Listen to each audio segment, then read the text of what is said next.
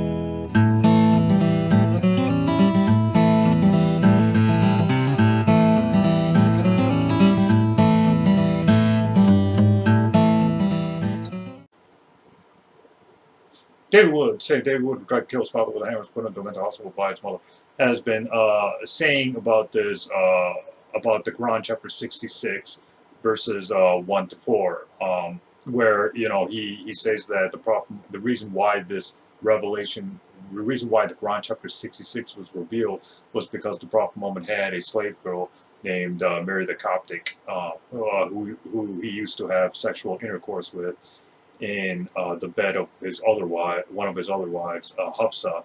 And then the Quran chapter 66, verse 1 to 4 came to bail Muhammad out, you know, because he was having sexual intercourse with his slave girl. Now, is this story, now, three things we're going to be looking at. One, is this story true or not? True. What is the status of Mary the Copt? Was she a concubine of the Prophet Muhammad, or was she a wife of the Prophet Muhammad? And three, why this criteria of embarrassment doesn't work here. So let's look at let's look at the first point. What is the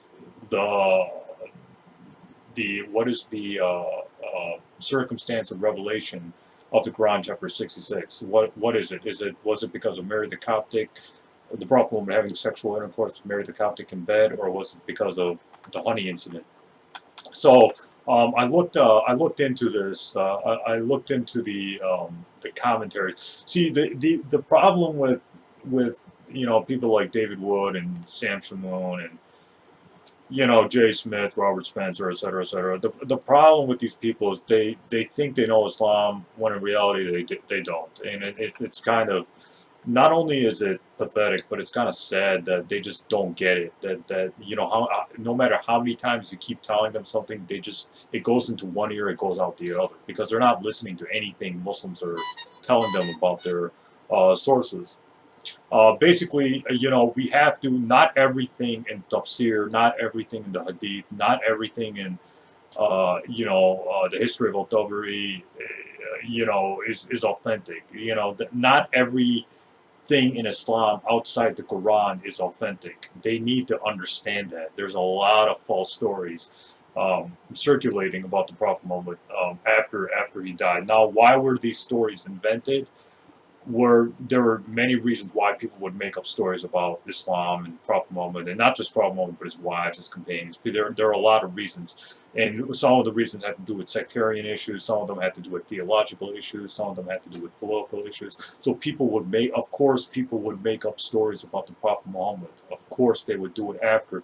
People made up stories about Jesus after Jesus. So people would make up stories about Prophet Muhammad after the Prophet Muhammad. People made up stories about Moses after the death of Moses. So, of course, these religious figures their followers, or hypocrite people pretending to be their followers, would make up stories about them.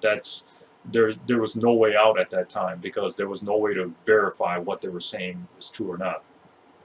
So regardless, and I'll get to why his criteria of embarrassment thing doesn't work here. But anyways, we need to look at authentic. Authentic reports, or authentic sources about this incident, about why the Quran chapter 66 was revealed. Now, I looked into Sahih Bukhari, Sahih Muslim, and none of those sources talk about Mary the Coptic. In Sahih Bukhari, volume 6, book 60, hadith 434, and again, like always, I'll be posting all my references below, and you can see it on the screen. In Sahih Muslim, book 9, hadith 3496, it was talking about how the Prophet Muhammad used to drink honey in one of his wives' house. It was Zaynab bin Jahsh, and he wouldn't. His wives didn't like that, so they made up this story about him having a foul smell, and he forbade drinking honey in Zaynab bin Jahsh's house. So and this is also confirmed in other sources like Sunan Abu Dawud, etc. So that's the authentic narrations about that, and if we read Muftalak al-Quran, Maulana Muhammad Shafi says in his commentary that the authentic narrations about this is found in Sahih Bukhari, the banning of the honey. It had nothing to do with Mary the Coptic, and this is found in Maulana al-Quran by Maulana Muhammad Shafi, volume 2, pages 518 to 519. According to Maulana Muhammad Ali, it's also confirmed in his book, The Holy Quran, with commentary and comprehensive introduction, page 1107.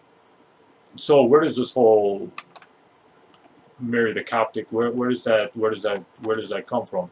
it comes from like he said, like it was shown, in the previous in his captions. It comes from Sunan al-Nisa, and it comes from Tafsir Jalaluddin, and it comes from Ibn Sa'd. The problem is none of those sources are authentic. Ibn Sa'd is a weak source, because if you look at Ibn Sa'd, if you look at the source, the chain of narrator is al-Waqidi, and al-Waqidi was known to be a liar, a liar by Muslim scholars, so that automatically invalidates Ibn Sa'd to be an authentic source. The next source is Tafsir al-Jalaluddin, but tafsirs have fabricated narrations about the Prophet Muhammad in them, and Tafsir Jalaluddin is definitely including fabricated traditions about the Prophet Muhammad in there. Keep in mind that the tafsir books weren't, when it comes to hadith and tafsir books, they were considered unreliable, according to Ibn Kamal, who was a Muslim scholar. And as you can see on the screen, and the third source was Sunan al-Nisa, and I know it says Sahih on the,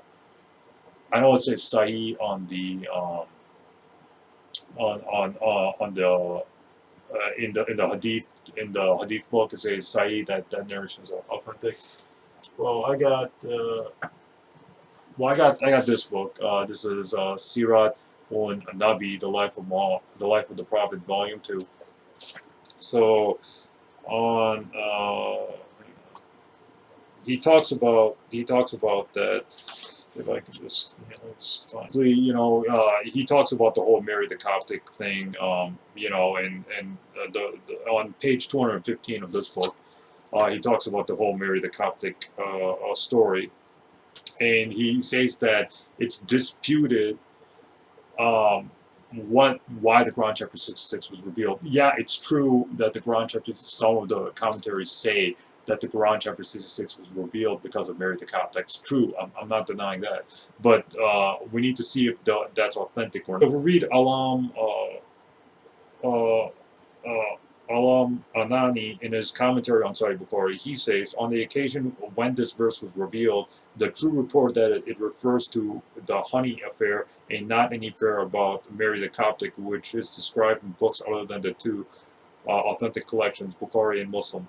Imam Nawawi has observed that Mariyah the Coptic story does not stand authentically reported.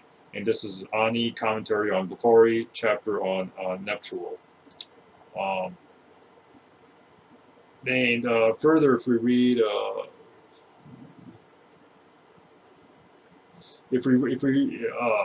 so the traditions, the commentary, the story found in the commentary of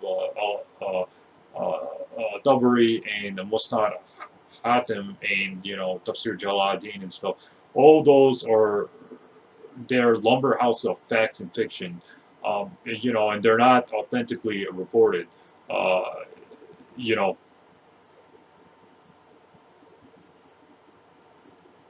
So what about the? Now it's also certain that none of the 6 authentic collections report anything about Mariyah the Coptic. So what about Sunan al-Nasai? And is that an authentic report? No, it isn't, because if we read page 218, if we read the bottom, it says, he says, Imam Nawawi, one of the highest authorities on traditions, has unambiguously declared that concerning Mariyah the Copt there is not a single reliable report. Of the chain said to be sound by Hafiz ibn Hajar and Ibn Kathir, one goes halfway up and the other includes a narrator who frequently erred. In the face of these facts, none would dare to affirm the report is worthy of reliance. On page 217, on the bottom of this book, on page 217 on the bottom, it says, that is, with the mention of Mariyah the Coptic's name and the addition of the obscene details. It does stand in the Nisai chapter al-Ghari, only saying that born by the presence of Aisha and Hafsa, the Prophet had forbidden to himself a slave girl, but one of the narrators in the chain is unsound. This is page 217 of his book in the footnote. He says, but one of the narrators is unsound. So basically, a lot of hadith, like some hadith found in Sunan Abu Dawud and al-Nisa, etc., they do have, they were they were classified as Sahih, but they're not authentic according. There are hadiths that were classified as Sahih, but in reality they're weak because nobody did any kind of proper fact checking here. And this scholar did fact checking about the chain of transmission, and he found that the chain of transmission there's a weak narrator in there, so that eliminates the whole al-Nisa narration. So then so as we can see, according to Sahih Bukhari, Sahih Muslim, etc., the narrations I just cited, it was talking about the honey incident. It wasn't talking about, and again, I'll be posting all my references below. And keep in mind, Sahih Bukhari is considered the most authentic narration after the Quran. So, all right. So, was Mary the Coptic, was she a wife or was she a concubine?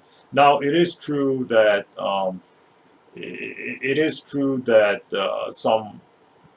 that there's dispute as to what her status was. Some people say she was a concubine. Some people say she was the wife of the Prophet Muhammad. So there is dispute as to what her status was. But there are authentic traditions saying that she was one of the wives of the Prophet Muhammad. We read in Ibn Kathir's al-Sirah al-Nabawi, volume 4, pages 415 to 417. He also had 2 wives donated to him. One was Mariyah the Coptic, and the other one was Rayhanah. Rayhanah's status is also is disputed. Some people say she was a concubine. Some people say she was a wife of the Prophet Muhammad. But there is evidence that she was a wife. But that's not the topic I'm talking about here. She's not the topic I'm talking about here.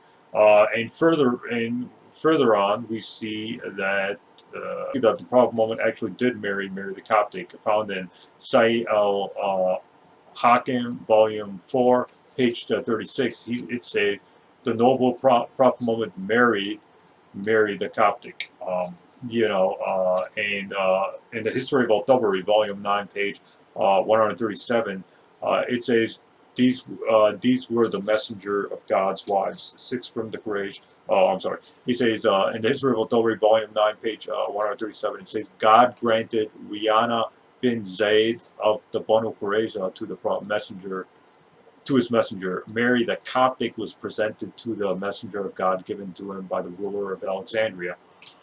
She gave birth to the messenger of God's son Ibrahim. These were the messenger of God's wives. These were the messenger of God's wives. So the history of al-Tabari places her as a wife. Ibn Kathir also says Mary the Coptic is said to have married the Prophet. Certainly everyone gave her the title of respect the Prophet's wives, mothers of the believers. So basically, her status is disputed. I will admit that some people say she was a concubine, some people say she was a wife. That's certainly that's true. I'm not denying that, but there are hadith saying that she was one of the wives of the Prophet Muhammad. So the critics should also admit that.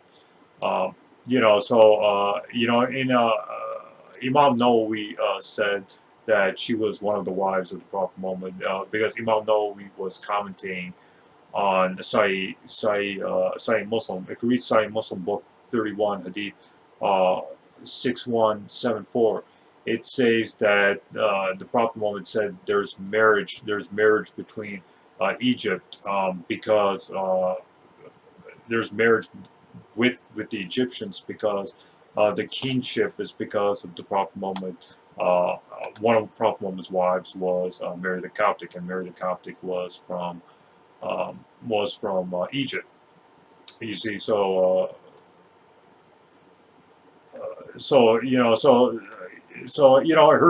status is disputed. I will admit that, but there is evidence that she was freed and married by the Prophet Muhammad according to according to the hadith sayings I just cited.